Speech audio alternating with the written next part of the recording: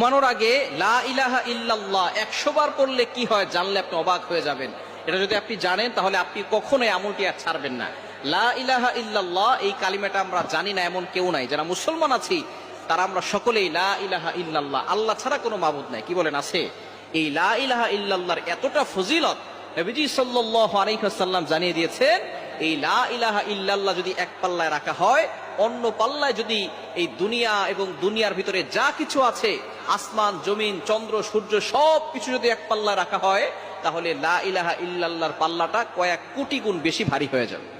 সুতরাং লা ইলাহা ইল্লাল্লাহর ফজিলত কম না বেশি? অনেক বেশি। এই লা ইলাহা ইল্লাল্লাহর জিকির আমরা করতেই চাই না। অনেকে সকালবেলা ঈমান আনছে, আবার দুপুরবেলা তারা এমন কাজ করছে ঈমান থেকে দূরে সরে যায়। এরকম হয় কি হয় না? নবীজি সাল্লাল্লাহু আলাইহি ওয়াসাল্লাম বলে দিয়েছেন, শেষ জামানে এমন অবস্থা হবে, সকালবেলা মুমিন থাকবে, সন্ধ্যাবেলা কাফের হবে, আবার সন্ধ্যাবেলা মুমিন হবে, সকালবেলা কাফের হয়ে যাবে। এই জন্য ঈমানকে নবায়ন করার জন্য বেশি বেশি করে লা ইলাহা ইল্লাল্লাহ পড়ার দরকার আছে না নাই? লা ইলাহা ইল্লাল্লাহ পড়লে আপনাকে আল্লাহ পাক রব্বুল আলামিন অভাব থেকে দূর করবেন, আল্লাহ তাআলা আপনার জীবনে বরকত দান করবেন, দুনিয়াতেও শান্তি দিবেন, আখিরাতেও আল্লাহ তাআলা শান্তির ব্যবস্থা করবেন। লা ইলাহা ইল্লাল্লাহ পড়ার দরকার আছে না নাই? নবীজি সাল্লাল্লাহু আলাইহি ওয়াসাল্লাম জানিয়ে দিয়েছেন, মান ক্বালা লা ইলাহা ইল্লাল্লাহ দাখালাল জান্নাহ, যে ব্যক্তি লা ইলাহা ইল্লাল্লাহ পড়বে উইল গো টু প্যারাডাইস, সে জান্নাতে চলে যাবে। তো লা ইলাহা ইল্লাল্লাহর ফজিলত কম না বেশি? আপনি ঘোষণা দিচ্ছেন আল্লাহ ছাড়া কোনো মাবুদ নাই।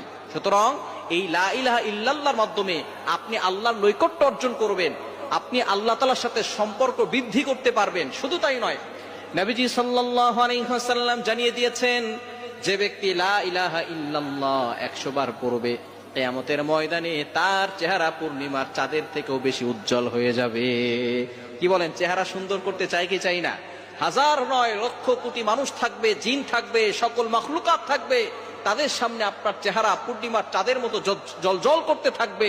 মানুষ আপনার দিকে তাকিয়ে থাকবে, কি এমন আমল করেছে সে, যে আমলের মাধ্যমে তার চেহারা এতটা উজ্জ্বল হয়েছে আজকে।